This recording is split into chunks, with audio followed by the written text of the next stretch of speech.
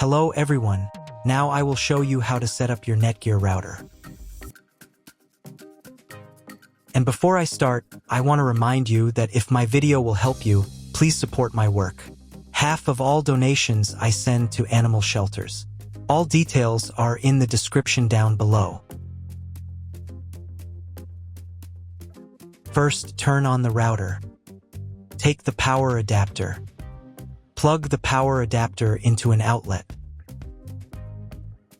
And connect the other end into the router.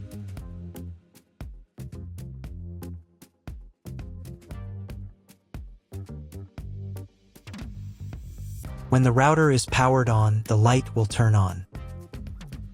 It may take a few minutes for it to completely turn on. Next, connect the cable from your internet provider or from your modem to the internet port. You now need to reset the router to its factory settings. Press and hold the router's reset button for 10 seconds. Wait for the indicator lights on the router to begin flashing. Sometimes, this button is located inside the router casing to prevent accidental presses. In this case, use a thin object to press it down.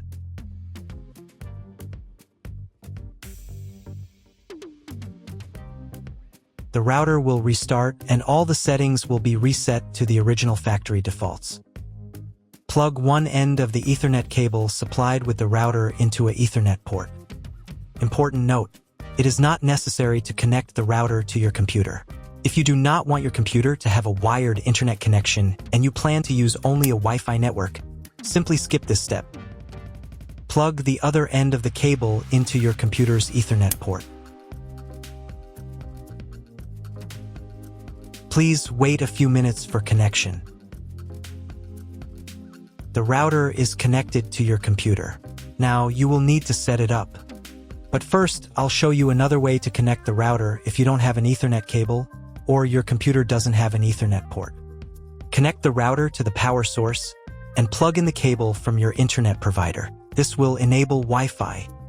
If your router is new, your Wi-Fi network name will be the name of the router. Your router has its own Wi-Fi network name and password printed on a label. Connect to it. Great, you've connected to the router. Now let's start setting it up.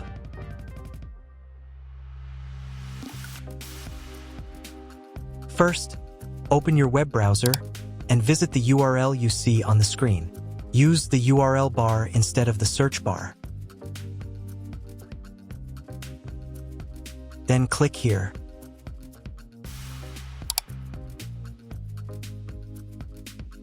Read NETGEAR terms and conditions and click I agree button. Now you must select I want to configure the internet connection myself.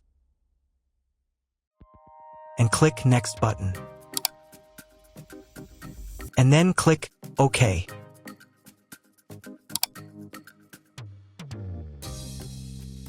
If your router settings do not look like mine, it means that your router has a different firmware.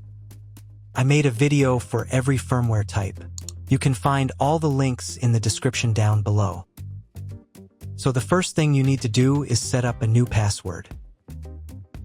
The admin password is used to log in to your router's web interface. Pay attention to the password requirements. Write your new password in the first field and duplicate it in the second field. Then select 2 security questions and write answers for them. You need them just in case you need to reset the admin password in the future.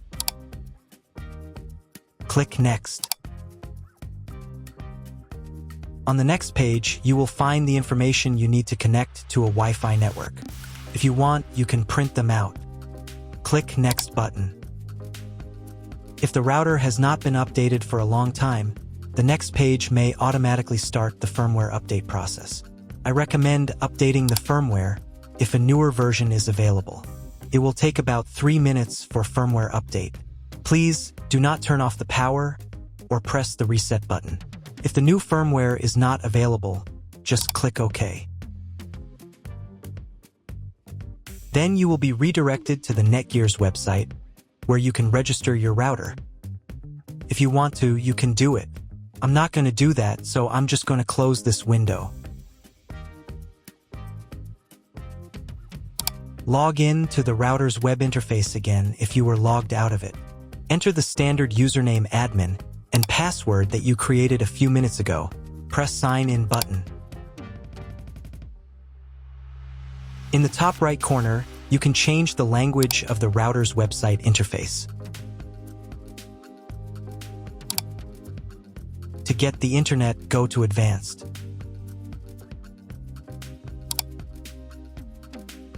Setup Wizard. Press No, I want to configure the router myself. Then press Next button. On the next page, select the internet settings.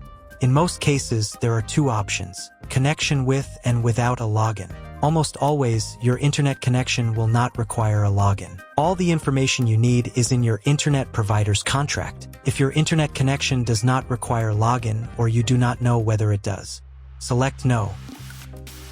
Leave account name and domain name unchanged.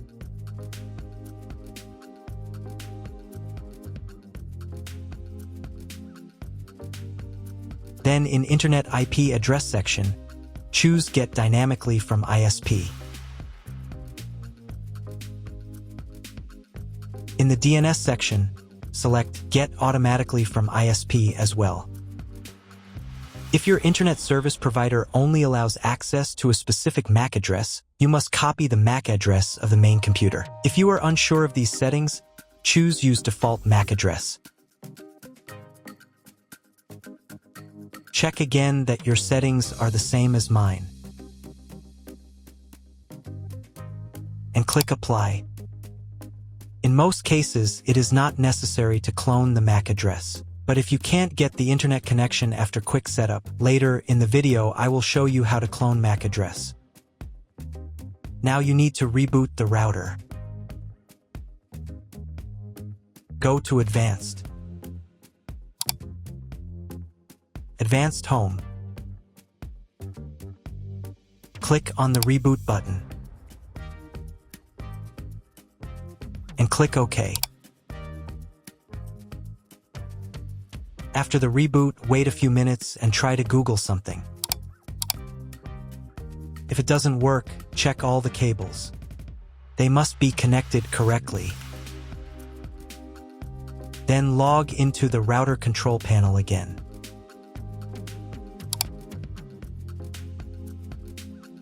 Go to Basic, Internet, and choose Use Computer MAC Address.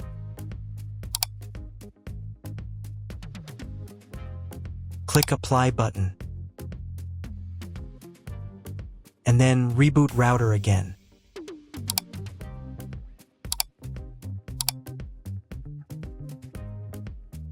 After a few minutes, check your internet connection. That's all. If my video was useful, please support my work. I send half of all donations to animal shelters. All the details are in the description below.